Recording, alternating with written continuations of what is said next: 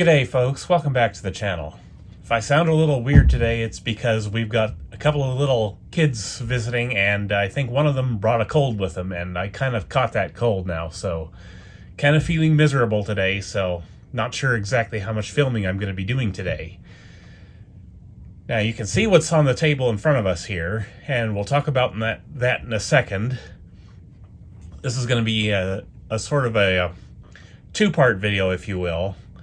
First part is going to be me looking at this to see what it's all about, and the second part of it is going to be me using this to finish dialing in the DAT deck, the Sony DTC-1000. But before that, I gotta tell you, From Japan got into my wallet yet again. They certainly know how to keep me spending money, even if my camera gimbal doesn't know how to keep a straight shot to save its life, but whatever. Basically, From Japan decided to float a 15% off coupon in front of my face. And just like last time with the 12% off discount on the Pioneer DAT deck, I couldn't resist. I would like to announce right now that there will be another vintage amplifier project coming to the channel in 2026, probably. I think that's about when I can get to this one, but we'll see what happens with it and whatnot. It's on the way to the From Japan warehouse right now. Anyhow, you guys remember how I originally mentioned in one of my videos that I would like to build a Pioneer stack one day using my CTF-900 as the cassette deck in question, and I wanted a Pioneer receiver or amp to go with it, and I originally bought the SX-3700 thinking maybe it could be used for that, but the SX-3700, as it turns out, is the best sounding receiver I've ever bought. Okay, let me just straighten the box out instead of fussing with the camera gimbal. So I'm happy enough with the SX-3700 where it is right now in the test bench setup, but it's telling me that I am very much a Pioneer guy, so I decided to go for Pioneer with this one again too. Originally, I was looking at the SA-9900 because it looks like it's perfect for the CTF-900. It looks like they belong together, but then I did a little bit more searching around in Japan, and I found something else. And that something else is apparently not only the best Pioneer integrated amplifier that they ever made. Some people say it's the best integrated amplifier that has ever been made, period. And there was one of them in the Japan auctions up for sale, and at 15% off, the price looked real attractive to me. So I don't know how much you guys are, or how many of you guys are aware of the Pioneer A27. Well, I bought the Japanese version of that. It's the A0012. I'm a little nervous about it because it is considerably harder to restore one of those than an SX-3700. I got to come up with a dim bulb tester for sure for this one, as well as get a couple of big power resistors so I can actually test the thing when I'm done with it. But I'm kind of excited nonetheless to see what it can do, because eventually I want to get a pair of big Magnepans for the living room, and I'm going to need an amp to drive those things. And this amp is not only 4 ohms stable, it can do 180 watts per channel in 4 ohms. So it should push a pair of Magnepans, but we'll see. That may not be what I use it for, but those plans are in the future yet. But I'm sort of future-proofing myself now with this amp, so we'll see what it's like when it gets here. Now, the scope that I bought is right in front of you right now. It is the Fnirsi, I don't know how you pronounce that. Fanaganahana, Fertigurherde. I don't know who comes up with these names in China, but oh,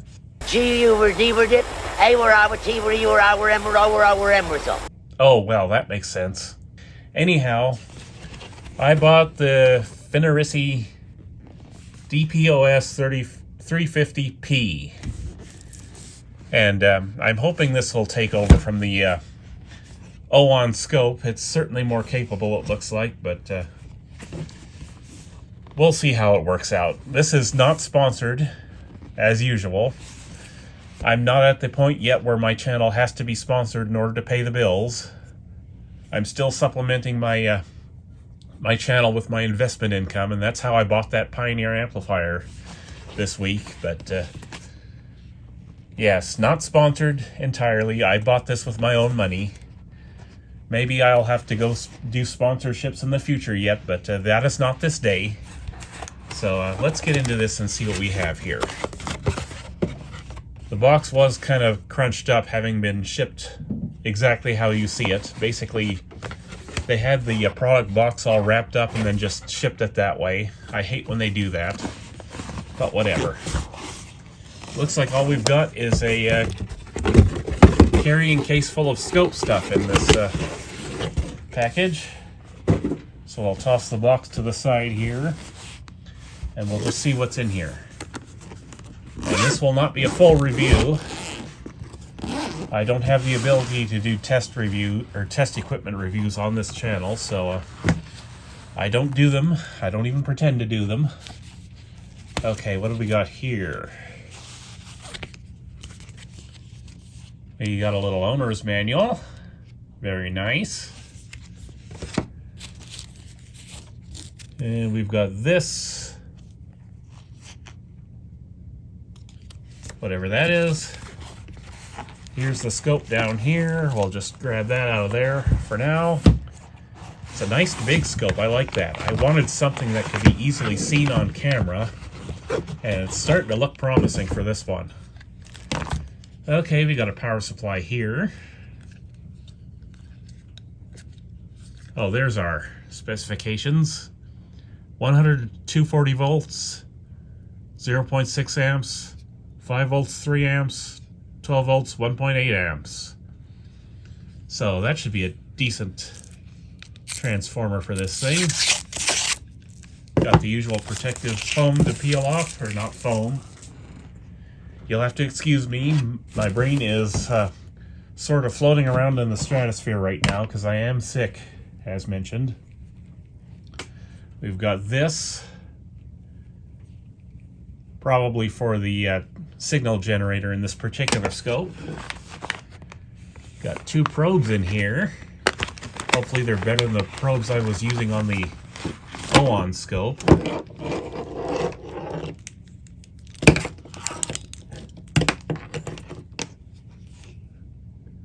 350 megahertz, just like the scope is rated for, although I will say that I expect this is probably kind of optimistic, these types of scopes. Like, I don't believe for a second my Owon scope can go up to 40 megahertz without some kind of drama, but who knows. Got a trimmer here, and some rings, and some what's-its, and some doodads.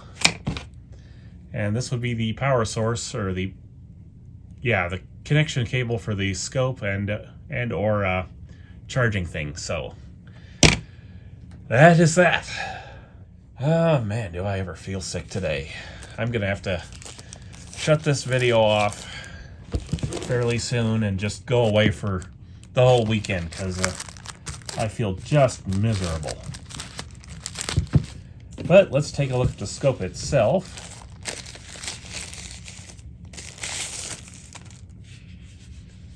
Oh yeah, nice big scope.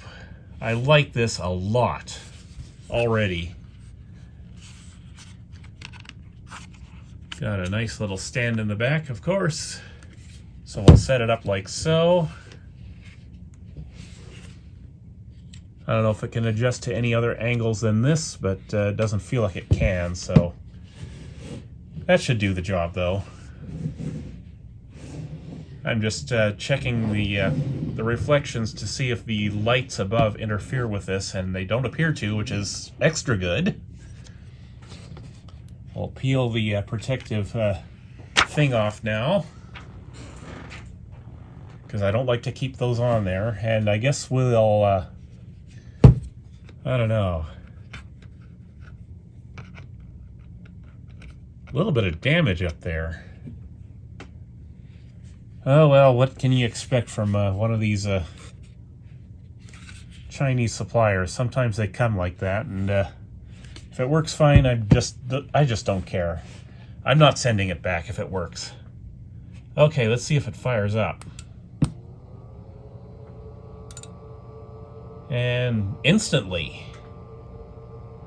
And it looks like it's got plenty of battery in it too, so fans kind of make a noise. We've got lights in the sides. I don't know if I love that fan, but whatever. So I'm looking forward to playing with this, so I guess we'll see if we can align the Sony DAT deck to this thing and see how it works out with that.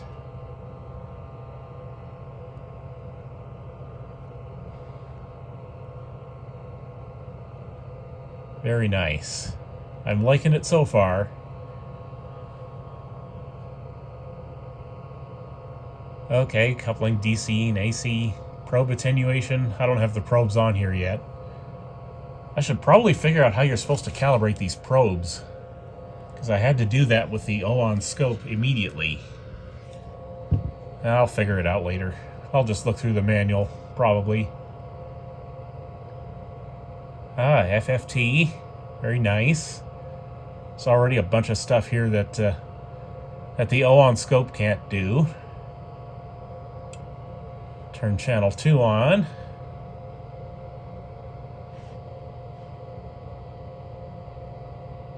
I'm gonna need to trigger off channel 2 for the alignment later, so I'm gonna have to try and figure out how to get to that right now, maybe. I like that this is a touch screen. Very useful. To yours truly, that will be, because the Owon scope is really hard to work with sometimes. Okay. There's the generator, I guess. Very nice. I use the generator in the Owon scope all the time, so definitely needed to have that in this one.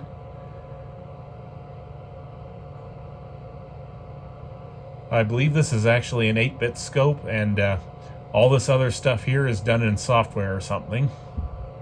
At least that's what I thought I remember seeing. There's our XY right there. Frequency response analyzer. And let's see, I should go in and see what the firmware is. English, yes. Configuration. System calibration.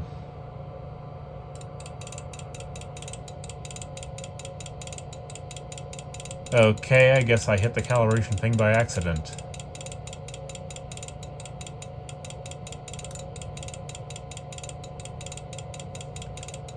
Oh well, we'll just let it do its thing here, I guess. Whatever it's doing.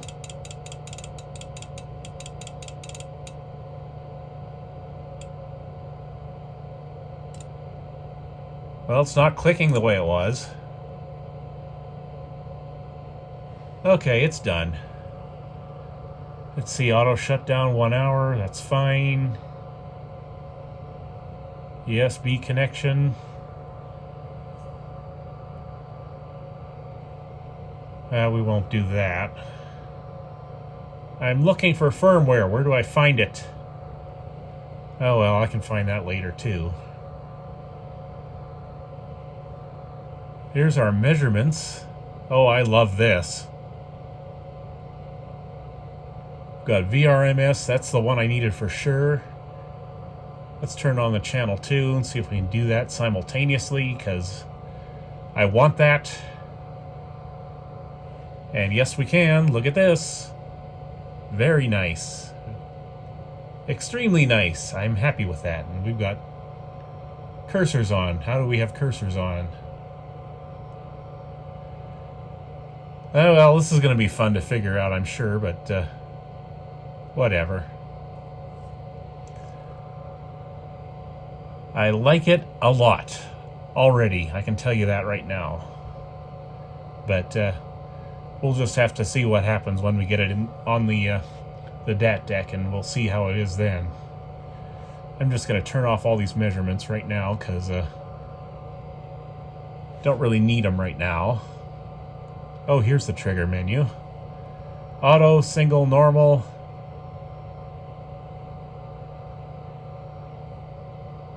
No video trigger, unfortunately. So that might affect your willingness to buy this if you're doing TVs and VCRs and stuff.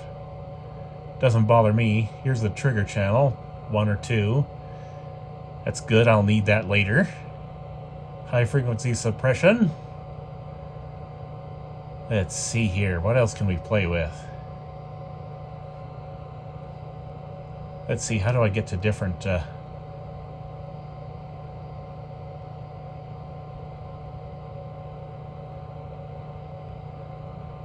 Oh, here we go. There's our sine wave, triangle wave, sawtooth, sawtooth 2. I'm really liking this scope. This is very much more fully featured than the Owon scope for sure. But I use sine wave most of the time, so I'll just go sine wave there. This is going to be fun to use, I think. And I don't even have to charge it up to get onto the DAT deck with it, I don't think. So, why don't I just power this down, and I'll probably pick up on Monday, because I'm not going to be feeling up to doing the adjustments on the DAT deck until then. Okay, so before we get into the alignment aspect of this, by the way, everything is still working. Pinch roller is engaging every single time, so I'm not messing with that mode switch, at least right now. There's no need to mess with it, I don't think. It still kind of unspools a little bit when it starts going before the reel table catches up, but as far as I can tell, I don't think that's a problem. So I need to mention something. So you can see here that the relays have been changed out. These are brand new. I had plenty of them, so figured might as well do them both. I think this one here is for muting the analog output, and this one pulls in a filter to low pass out the sampling artifacts from the 32 kilohertz sampling rate, which this plays back, but I don't think it records. So these are both in the analog signal chain, so I figured best to replace them. And the other thing is, you'll notice that all the capacitors around this exclusive, apparently, TDA 1541A digital analog converter have been changed. Someone told me, or someone gave me the suggestion in the last video on this, that it would be worth changing these out for WEMA caps. And as it so happens, I happen to have all that exact part in stock and on hand. These are MKS2 parts. They're the same parts that I used in the Technics RSM88. They're amazing in that deck, by the way. And yeah, I just ordered a bunch of them to have some on hand, and well, it turns out this deck needs 14 of them, so it got all 14 of them. That's what those are. And so far, I don't know if the sound quality is much improved from the way it was before, because it hasn't been aligned yet, but what I can hear from them at the present time sounds good, so glad to have these in there to go along with these fancy green Nichicon Muse caps and these Elna Seraphines in here in the front. Haven't done anything with the power supply yet. I'm hoping to do that in the course of this video, but whatever. And I'm gonna have to deal with this limit switch over here on the tray as well while we're going along. I think I'm gonna do a low-tech solution, and I'm gonna have to use electrical tape back here on this bracket to keep this from bouncing back and telling the deck that I'm pushing the tray in when I'm not. But whatever, that's a minor complaint of mine right now. But first we gotta get in underneath and hook up the new scope to the test points. So give me a second and we'll get into the bottom of this thing, and I'll show you where to connect. Got a little bit ahead of myself. I forgot I have to release these set screws in order to get this adjustment done, so I have done that now. The set screws are on the front of each one of these guides here. You need a JIS 000 in order to do it. So basically get out your best vessel screwdrivers for this one, because you don't want to strip those screws. But they're released now, and I can adjust them. So that's all good. But I wanted to show you also how I'm dealing with the limit switch on the loading neck. Basically what you can see here is a piece of big heat shrink that will come up and press on this switch, and hopefully there's enough softness to this heat shrink that it'll keep the bounce back from happening that causes the deck to think I'm pushing the door shut, but we'll see. You'll notice that there's some grease down here now. That's because the heat shrink sort of rubs on this metal frame, so there had to be grease there. Anyway, we'll see how that works. Now we can get to the underside of the board and figure out where to connect our test probes and stuff. So before we go on to the attaching test probes and stuff, just wanted to make a quick announcement. I wasn't originally going to do a recording test on this because, well, DAT decks or whatever goes in comes out the same way it came in, so I was thinking there's probably no point to doing a record test, and besides, what would I use for such a record test? Vaporwave doesn't work because Vaporwave is all about lo-fi stuff and analog hiss and all that stuff. But then one of the best bands of my childhood released a new single literally 3 or 4 weeks ago that is absolutely perfect, and thought to myself, well, they're never going to let me use that song in this. Big band like that, it's not going to happen. And then I thought to myself, well, why don't we just ask? It doesn't hurt to ask, does it? And they said yes. So there's going to be a record test on this tomorrow. Once we get this alignment done, and if I can get it to record, there will be a video tomorrow on that. And I won't spoil the surprise for now, but I'll give you a hint. Suspect is hatless. Repeat, hatless. Yep, that's the hint. That's all you get till tomorrow. You can probably figure it out from that alone, but we'll see. You'll have to forgive me, guys, if I still sound a bit weird. I'm still very sick. I've got the worst cold in the world, I think, but whatever. Anyhow, record test tomorrow. You'll see what it is then. I'm kind of excited about it, but we'll see. Okay, so before we actually go looking for these test points, I thought maybe we should speak a few words about the alignment procedure here. This is the basic procedure, and the way Sony wants you to do this on this particular deck involves the use of an offset jig, or something like that. Basically, they have an interface that you connect to the deck that allows you to disable the automatic fine tracking. And that's really how you should align a DAT deck, is by turning off the auto fine tracking and then doing your alignment that way. But we can't do it that way on this deck because I don't have that jig. Later decks don't require the jig, but this one does. Anyhow, this is the basic waveform we are looking for right here. You can see it's got kind of that boxy shape. If there are issues on this side of the waveform, it means the entry guide is out of alignment, and this end means the exit guide is out of alignment, basically. And in order to get the test points we need, we kind of have to read between the lines here. But basically, they want channel 1 of your scope to be on the RF test point, which is CNT52 pin 1. And then for channel 2, the one you want to trigger off of, that's the SWP, which I assume means sweep.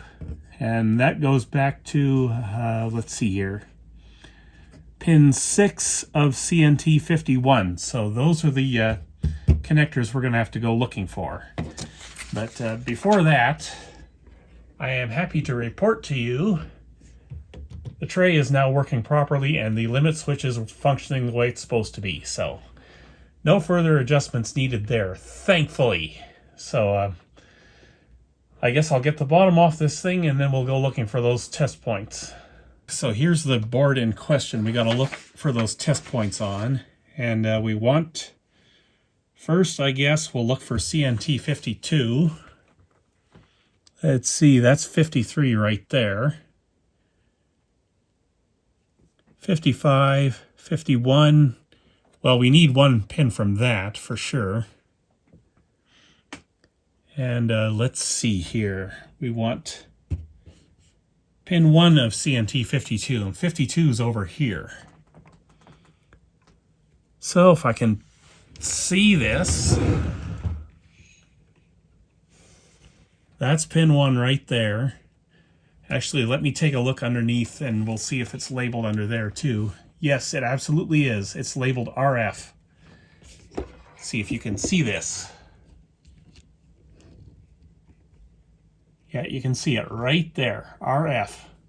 So that's one of the pins we need to connect to. I'm just kind of wondering though, is it going to be easier for me to just solder a couple of wires back here and get my test points that way? I think possibly it will be, because I can't really run this and align it with the deck open like this. I want it to be running flat, so I'm thinking, yeah, I'll just solder wires to that pin, and the other one is CNT 51, pin 6. Let's see. I can see 2 sweep pins on there, so what's going on here? Okay, this is pin 1 on this end. Probably can't see that. Let me bring you in real close like. There you go. So this is pin 1, 2, 3, 4, 5, and 6. So we want the sweep pin in brackets, not the sweep pin right next to it, I guess. And then there's a ground right underneath that, but I think we'll grab the ground from just the chassis. Should be able to get it from there. But let me check this side too. Oh yeah, this connector is labeled as well. If I can find it.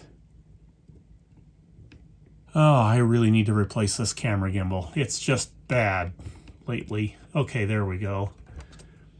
There's 51, and there's their 2 sweep pins, and we want the one closest to the front of the deck, I guess. Let me just count again and make sure. Yes, the one closest to the front of the deck is the one we want. So I think what I'm going to do is, let me get some wire out. I will solder wires to this, and then I'll run the wires through the chassis out the top. I think that's how I'm going to do this. All right, everything is hooked up and ready to go, I think. Let me just turn on the scope here. And I just wanted to just kind of let you know that I have decided not to do anything with the power supply on this deck today. It doesn't need anything, so I'm not going to do anything. I have decided I'm just going to leave it original. That's how I'm going to do this. So, yes, I think we're ready to go here. Let's see. Channel 2 needs to be on, I think. Trigger. Channel 2. And I think we're about ready to go here. There was something else I was going to mention, but I can't remember what it is right now because I'm sick. I hate being sick. Anyway, the tape we're going to use is this one. Oh yes, that's the other thing I was going to mention is we were basically aligning this deck to another deck, and I don't have any way of knowing whether or not that deck was working. It's whatever deck made this tape is what we're going to use. This is the one that played most consistently, I found, so I'm hoping it's good. But what I will say is the owner of a Junk in the Trunk thrift store where I got all these tapes from said that all of these DAT tapes are from one source, and it's a guy that did archiving as a business. So you would think that he had his equipment all in good operation. So I'm hoping that's the case, but we'll fire things up here. Power is on. Something went high here, so let's auto it and see what happens. Not much to speak of. We will load a tape. Or not. Because I've got my probes back here. It's trying to release the tray and it can't. Okay, this should do.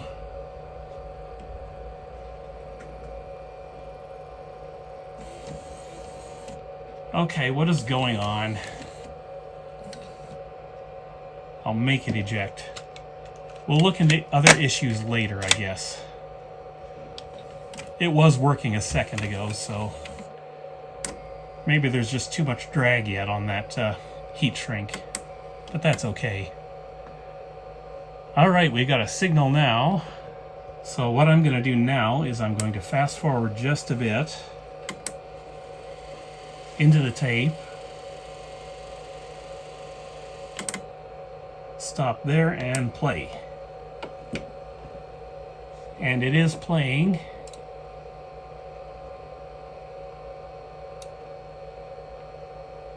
That's not exactly what I want here. Let's see, horizontal. Maybe that's what I want to fiddle with. Trying to get the waveform to look like we want it to here. Just trying to find the waveform is fun on this.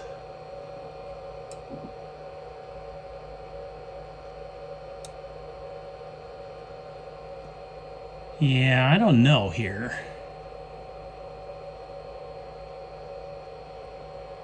Maybe I need to limit bandwidth? I don't know.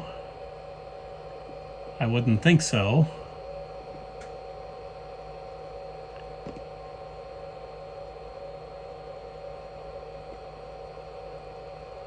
Oh wait, maybe it's channel 2 I need to mess with here. Of course, setting it for AC would be helpful, wouldn't it?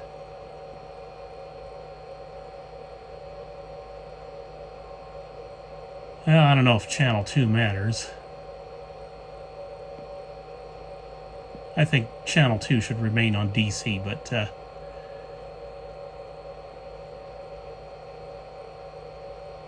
yeah, what we need to do... no, that's too weird.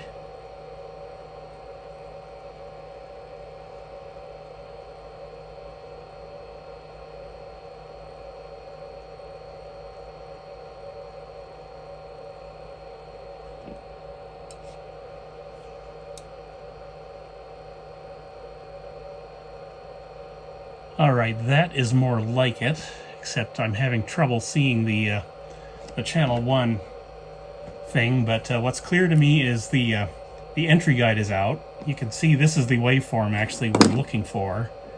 Actually, let me try to do some more here with the horizontal so we can see this better. There, now we can see it real good, I think. You'll have to let me know if you can see anything, but okay, we'll adjust the front guide first, and I'm going to do that from just down in there. You can do it with the tray in.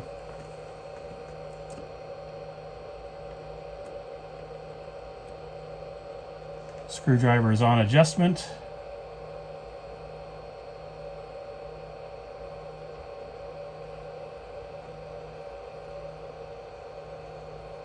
Oh, that's just about got it right there. I'm going to go over to the exit side, do a little bit of a tweak.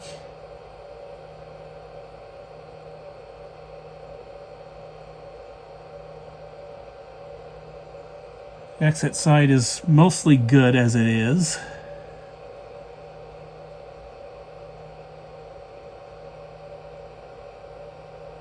Just trying to get this all squared up is what we're looking for, is a square box in the waveform. So I might have to go back and forth a couple times.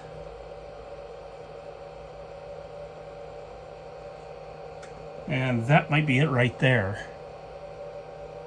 It's looking really good to me. I will do a little bit more tweaking.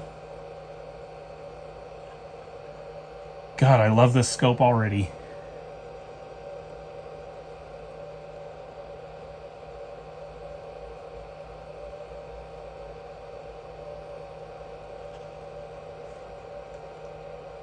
It is clearly playing. Let me get the audio turned on, and I just lost my screwdriver under the deck.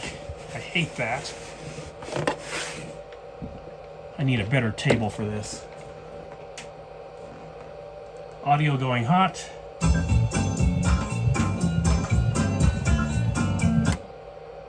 Clearly working. So I'm going to music search forward, and then we'll see what the next track brings us.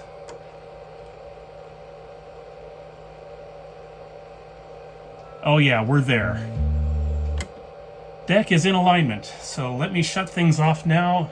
I'll put the lid back on. Maybe. We gotta figure out what's going on with the eject mechanism again. Terrific. Just give me a second. We got this done, so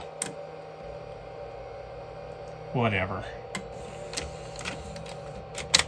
Okay. The deck is back together. Well, sort of. For the most part, it's back enough together, well enough to do a few more little tests here.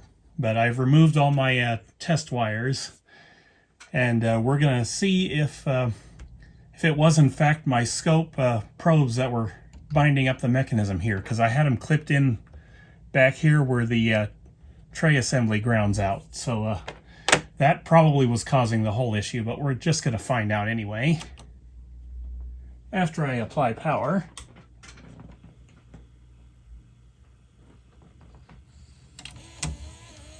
needed a little push to close.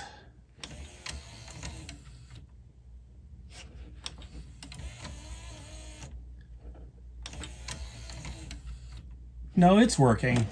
It was just my scope clips, probe clips, or whatever you call them, binding up the mechanism. So we're gonna try this tape and see if it plays this one. No idea what's on it. It's probably full of copyrighted material, but whatever.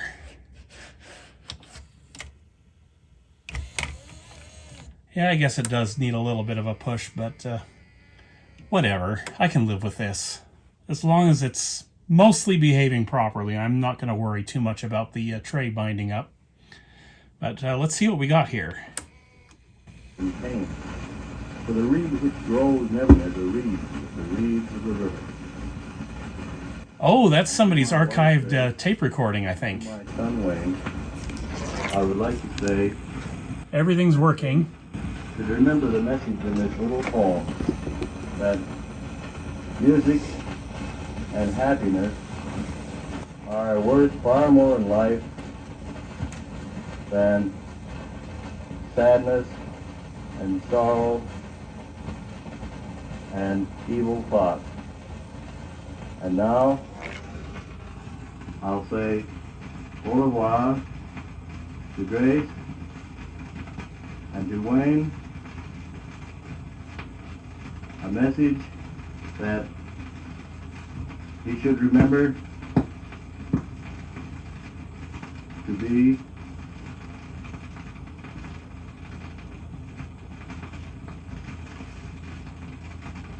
his mother's son. I'm going to guess that's an old religious type broadcast that he was backing up there. So very cool. I'm kind of reluctant to record over this now because of that was clearly important to somebody. But whatever. I've got new tapes coming in with that other DAT deck, so I don't need to record over that one if I don't want to. But what is clear is that this deck is now fully working. By the way, I have been assured by people who know these decks that the loading speed on this is normal, so I'm not going to bother looking for any issues there. I'm not even going to bother trying to adjust the rotary encoder anymore because it's working clearly. The pinch roller engages every time, so this deck is fixed. That's all I can say about it. About $200 into it, which is probably not the best dollar figure considering, but I'm good with it. I had my budget pegged at $200 for 3-head cassette decks or DCC or DAT, and it's in budget that way, so I am very happy. So the plan from here is for me to take this into the other room and do my recording for the test recording video tomorrow. And I guess that's going to be it for today. Next week, I'm going to look for something easy to do, like maybe we'll go back to the Onkyo receiver again. I need to finish that one up since I've got another amp coming in. By the way, just left Japan today. $140 it cost to ship that one the slow way, but thankfully it can be shipped the slow way because the fast way was ungodly expensive. Anyhow, see you next time. Have a good day.